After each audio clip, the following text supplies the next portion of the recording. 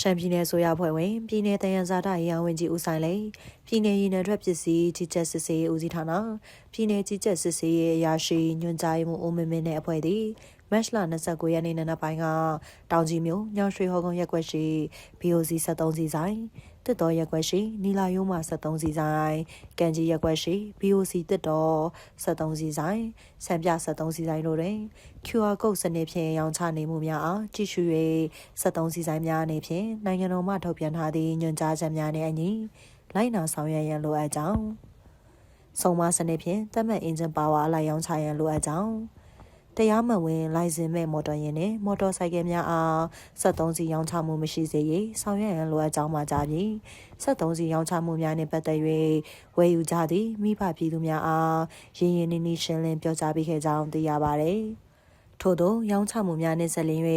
BOC 73စီဆိုင်မှာတာဝန်ရှိသူတဦး၏စကားသံများကိုယခုလိုပဲမေးမြန်းထားပါတယ်ရှင်။မင်္ဂလာပါဗျာ။ကျွန်တော်ကတော့ BOC တစ်တော်ကိကချယ်ရီဆိုင်ရာစီနီယာစူပါဗိုက်ဇာရာထူးဖြစ်တာဝန်ထမ်းဆောင်နေတဲ့ဦးသိန်းလှိုင်ဦးဖြစ်ပါတယ်ဗျာ။အခုကျွန်တော်တို့26ရက်နေ့မှာဒီ application update တင်တန်းကိုစပြီးတော့update စပြီးတော့တင်တန်းပေးတဲ့ဟာလည်းဒီကျွန်တော်တို့ဒီဆိုင်မှာပဲစတင်တန်းပေးပို့ချခဲ့တာပါဖြစ်ပါတယ်ဗျာ။တင်တန်းပို့ချတဲ့တင်တန်းမှာလည်းကျွန်တော်တို့ဒီတောင်ကြီးမြို့နယ်ကဆိုင်ပေါင်းအားလုံးကနေဝန်ထမ်း60ကျော်လောက်ကနေမှတင်တန်းတက်ရောက်ပြီးတော့မှ online တင်တန်းပို့ချမှုတွေနဲ့တင်ကြားပြသခဲ့ပါတယ်ခင်ဗျာအခုကျွန်တော်ဒီ29ရက်နေ့မနက်12နာရီနေစပြီးတော့ဒီ software update ကို update link တွေစချပေးပြီးတော့ဆိုင်တိုင်းကိုဒီ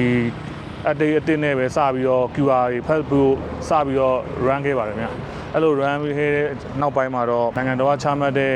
engine power လိုက်ရရှိတဲ့စီလီတာနဲ့တစ်ပတ်အတွင်းမှာထည့်ခွင့်ရမယ့်အချိန်အတွက်တွေနဲ့တေချာတိုက်စစ်ပြီးတော့ထဲတဲ့နေရာမှာအခုထဲသွားတဲ့အချိန်ရရက်စွဲရဘယ်ဆိုင်မှာထဲတယ်